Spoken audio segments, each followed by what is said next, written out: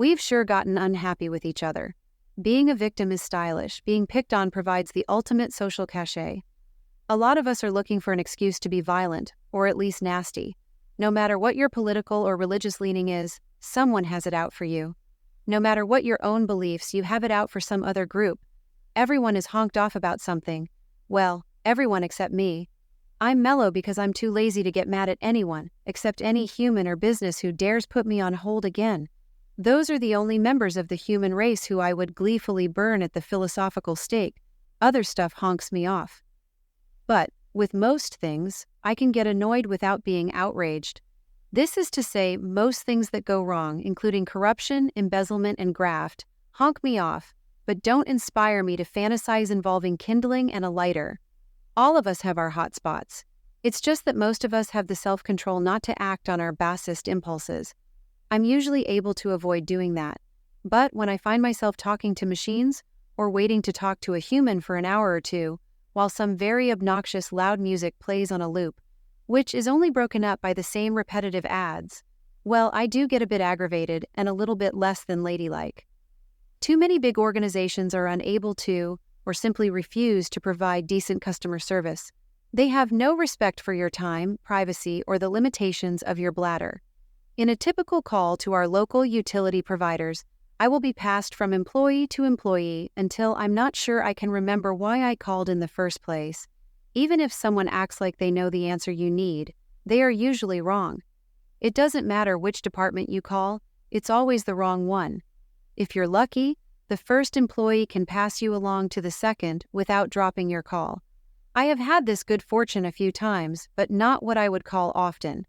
When you finally get to someone who should be in the right department, you will be told, 1. She stepped away from her desk. Can she call you back later? What can you say? You know as well as she does that later won't happen until long after you've shuffled off this mortal coil, to quote Shakespeare, or someone like that. Nevertheless, I obediently give my address, phone number, email address, firstborn where... What did you say? I dozed off. 2.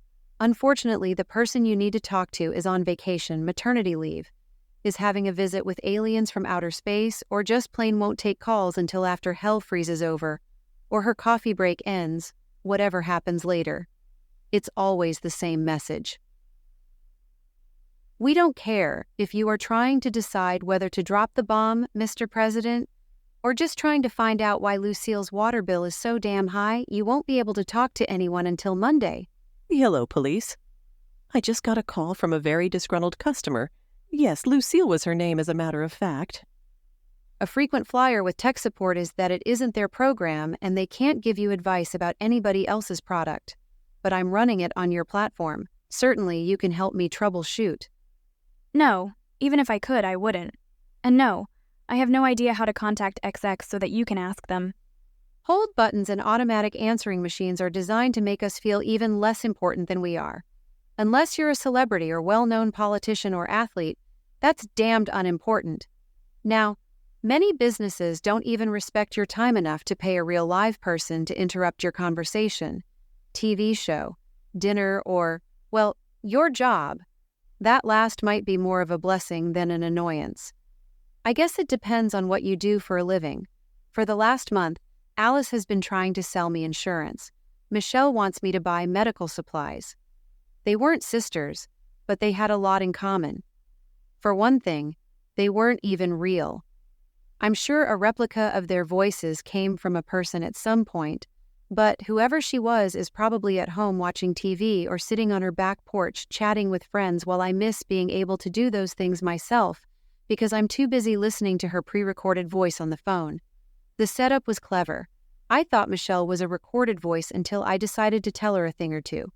Me. Why in the celestial barbecue pit do you keep calling me when I've hung up on you at least 4 times? Shall I put you on our no-call list? Yeah, sorry about that. I thought you were a robot. Press 1 for yes and press 2 for no.